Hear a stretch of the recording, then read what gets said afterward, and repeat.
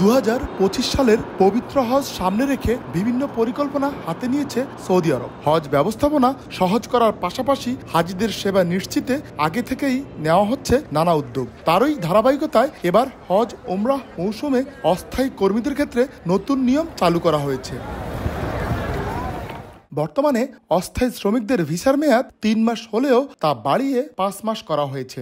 অস্থায়ী কর্মীদের ভিসা দেওয়ার ক্ষেত্রে লিখিত নিয়োগপত্রের পাশাপাশি থাকতে হবে নিয়োগকর্তা ও কর্মীর স্বাক্ষর। এছাড়া ভিসার আবেদনের সঙ্গে জমা দিতে হবে চিকিৎসা বীমার নথিপত্র।